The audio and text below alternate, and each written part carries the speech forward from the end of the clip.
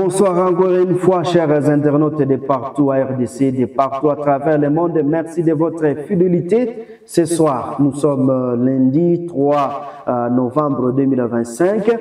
Ce soir, 13 rebelles du M23 AFC et leurs alliés Twirwaneho se sont rendus aux forces armées de la République démocratique du Congo FARDC dans le secteur opérationnel Sokola 2 dans la province de Sud Kivu.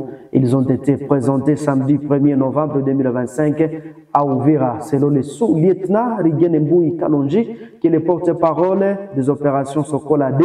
Ces ex-combattants venus de Rugezi dans les hauts plateaux de Minembwe, territoire de Fizi, ont justifié leur reddition par les mauvais traitements qu'ils subissaient au sein des mouvements rebelles.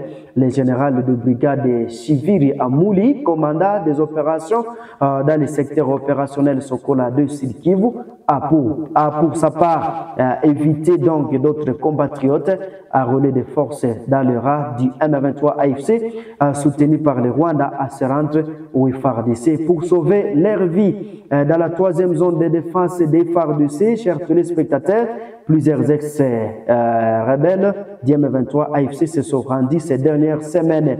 Ils sont régulièrement présentés à Kisangani, siège de cette zone militaire. Les combats se multiplient cette semaine dans plusieurs localités du Nord Kivu, opposant donc l'AFC M23 aux jeunes résistants Wazalendo, notamment dans les territoires de Monsisi et Walikale. À Kalembe, comme exemple, dans le groupement Bachali Mokoto, territoire de Monsisi, 2 femmes ont été tuées dans la nuit du 1er au 2 novembre lors d'affrontements entre les deux cas.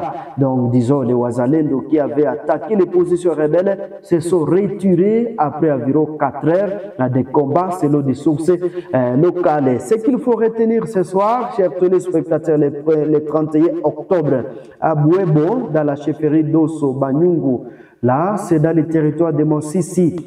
Donc, disons, les rebelles du M23 ont tenté d'étendre leur zone d'influence depuis Ndete, tombé la veille sous leur contrôle avant d'être repoussés justement par les Wazalendo. Et le calme est revenu, mais la situation reste tendue, même pour le moment. L'AFC M23 contrôle depuis le 30 octobre l'agglomération de Ndete après donc des affrontements contre les jeunes résistants Wazalendo. Et 7 combattants auraient été tués dans les rangs de ces derniers selon des sources sécuritaires. Ndete constitue un point d'intersection entre donc plusieurs groupements du territoire de Monsisi et Walikale. Chers internautes, dans le territoire de Walikale, des échanges de tirs opposés dans la nuit du 1er au 2 novembre, les rebelles et les Wazalendo à Buhaya, les collines Siplomba, donc l'agglomération de Mpeti, à 18 km de Pinga, et Chaka a regagné donc sa position initiale après donc des affrontements. Chers internautes, le 28 octobre à Kibati, toujours dans le territoire de Walikale, donc des affrontements avaient interrompu le trafic entre Kachebere et Mungazi. Ce qu'il faut retenir, la circulation a repris le lendemain après une accalmie précaire. Donc, parallèlement, dans le cadre de la mise en œuvre des accords de Washington, les forces armées de la République démocratique du Congo FARDC ont lancé le 31 octobre à Walikale une campagne de sensibilisation à la reddition volontaire des combattants des forces démocratiques pour la libération du Rwanda, qui est le FDLR, et le major Dieudonné Kasereka, qui est le porte-parole de la 34e région militaire, a appelé donc les FDLR à déposer des armes et éviter de verser le sang. Une délégation du haut commandant conduite par le lieutenant-colonel Tassi a invité donc le leader religieux et continué à soutenir cette campagne. chers internautes, selon le FARDC, les combats, donc les combattants FDLR sont encore présents à Mukungurano, groupement Waloya Loanda, disons, Bararukisa, Waloa, Uraba et Banakindi, Kisimba. Là, c'est dans les territoires de Walikale. Et il faut savoir, chers téléspectateurs, quittons cette partie, parlons de la situation à Beni, où les activités ont été paralysées. C'est lundi 3 novembre dans la commune rurale d'Owicha, chef-lieu du territoire de Beni, à la suite des mots d'ordre, donc des journées ville morte, lancées par la société civile locale. Il s'agit de la première journée d'une série d'actions similaires annoncées pour dénoncer, donc, disons, la recrudescence de l'insécurité et la mauvaise gouvernance au niveau communal.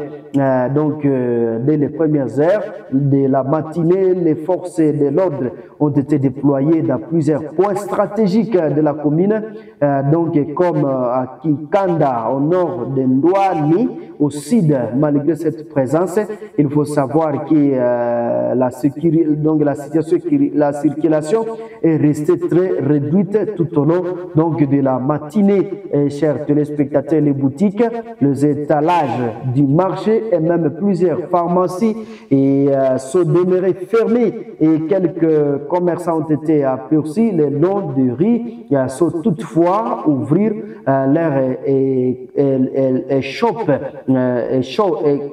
disons. Donc la plupart des écoles n'ont pas fonctionné. Les parents préfèrent donc garder leurs enfants à la maison. Chers internautes, la veille, l'administrateur militaire du territoire de Beni, les colonels Euta et Mwanga Charles, avait appelé donc la population à vaquer librement à ses occupations après une réunion d'urgence tenue avec plusieurs acteurs communautaires. Et malgré cet appel, la société civile a maintenu sa décision d'observer donc la journée ville morte, donc sans activité, estimant que les motifs de ce mouvement restent en tout cas d'actualité. Depuis la mi-septembre, donc la commune d'Owicha connaît une recrudescence d'actes de banditisme. Le 17 septembre, un jeune acheteur donc de cacao originaire d'Owicha a été tué dans le village de Cantine, dans le groupement donc de Basso à Madiwe. Et le 28 octobre, une femme a été également abattu par des hommes armés non identifiés dans la commune même, tandis que son époux et de leurs enfants ont été grièvement blessés. Et chers téléspectateurs, à travers cette série de journées villes mortes, la société civile attend interpeller donc les autorités militaires et administratives afin donc qu'elles prennent des mesures concrètes pour rétablir la sécurité à Owicha. Et également, elle réclame également les changements au sein de l'administration locale, jugeant certains responsables d'incapables de répondre aux attentes, disons, de la population. Chers téléspectateurs, ce conflit actualité possédé les premiers rapporteurs de la société civile à la commune d'Owicha, Darius Shaera, s'est félicité donc disons, de cette réussite, à remercier à tous ceux qui ont en tout cas respecté la journée, leur demanda de faire autant jusqu'au retour de la paix et au départ donc du bourgmestre de la commune d'Owicha. Ces premiers jours, aucune casse n'a été en tout cas enregistrée, indique plusieurs sources sur place. Chers téléspectateurs, nous mettons un point final sur ces actualités de ce lundi 3 novembre 2025. En tout cas, si c'est la première fois de nous suivre, n'hésitez pas de vous abonner, aimer et activer la cloche de notification. Je suis Mwana Mpenzi Manzekele à la présentation. Au revoir.